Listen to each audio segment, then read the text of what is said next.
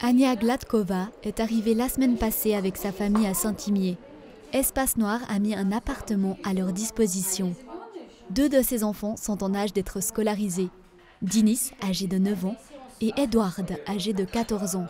Ils intégreront dès que possible l'école à Saint-Imier. Ania Gladkova et sa traductrice Yana Lavrentiva se sont rendues à l'école primaire de Saint-Imier pour un entretien. 1 heure après, la situation s'est éclaircie. Dès la semaine prochaine, mes 2 enfants vont apprendre chaque jour durant 2 heures le français, avec un professeur spécialisé. Ensuite, après une semaine d'apprentissage intensif, ils pourront intégrer, mais progressivement en fonction de leur classe de Saint-Imier.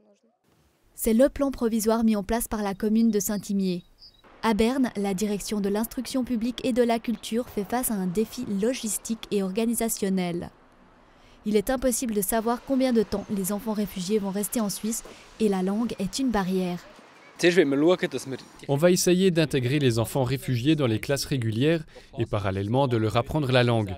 Ici, dans cette partie du canton, de leur apprendre l'allemand comme 2e langue. C'est important qu'ils puissent d'abord comprendre la langue dans laquelle l'enseignement est dispensé. Et si le nombre d'enfants réfugiés est trop grand, nous créerons des classes supplémentaires pour les accueillir, dans lesquelles ils peuvent avant tout apprendre la langue.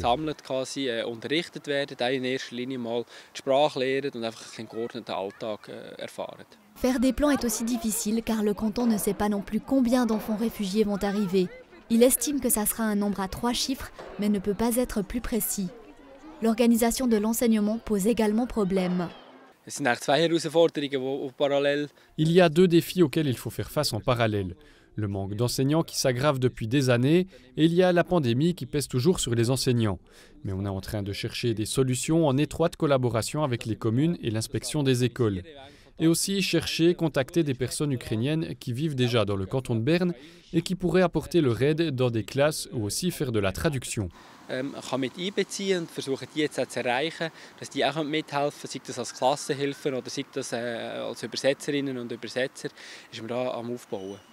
Le canton imagine aussi une autre solution, contacter des enseignantes réfugiés d'Ukraine qui pourraient dispenser l'enseignement en Suisse aux enfants ukrainiens.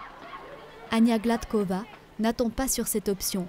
Si elle doit rester en Suisse, elle n'a pas peur et est prête avec ses enfants à apprendre une nouvelle langue. Non, je ne suis pas stressée. Nous sommes prêts à changer de vie.